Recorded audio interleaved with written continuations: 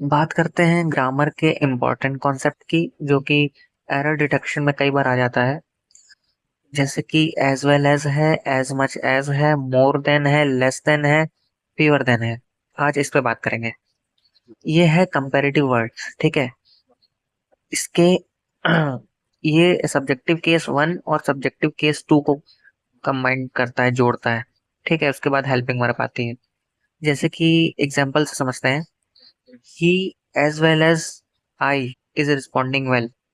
अगर यहाँ मी लिखा होता, जो कि पहले लिखा था, वो गलत होता, क्योंकि यहाँ मी होता है ऑब्जेक्टिव केस। हमें इन वर्ड के तुरंत बाद चाहिए सब्जेक्टिव केस, ठीक है। और रही बात हेल्पिंग वर्ब की, तो हेल्पिंग वर्ब जो आएगा सब फर्स्ट सब्जेक्ट के अकॉर्डिंग आएगा इन वाले वर्ड्स में। ये आपको ध्यान रखना पड़ेगा। ये वर्ड्स जहाँ भी होंगे, ये दो सब्जेक्टिव केसेस को कंबाइन करेंगे, और जो हेल्पिंग वर्ब आएगी फर्स्ट सब्जेक्ट के अकॉर्डिंग आएगी। जैसे कि Seema more than them have spoken well, तो उसमें एरर क्या है? सीमा मोर देन देम, ये है ऑब्जेक्टिव केस। हमने पढ़ा था एज मच एज, और इन सब के आगे आएगा सब्जेक्टिव केस। ये सब्जेक्टिव केस वन और सब्जेक्टिव केस टू को कंबाइन करेगा, जोड़ेगा।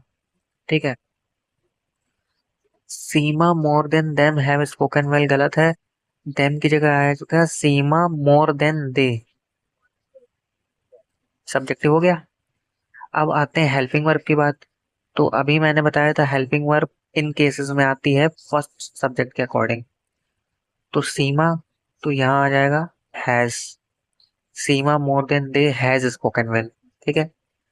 अब थर्ड पे आते हैं। He less than you are eligible. He less than you, subjective subjective सही है, ठीक है। आर की जगह आ जाएगा ही की हेल्पिंग वर्ब इज एलिजिबल। ठीक है। उम्मीद करता हूँ आपको कॉन्सेप्ट समझ में आ गया होगा। अगली वीडियो में नए कॉन्सेप्ट के साथ बात करेंगे हम। Thank you.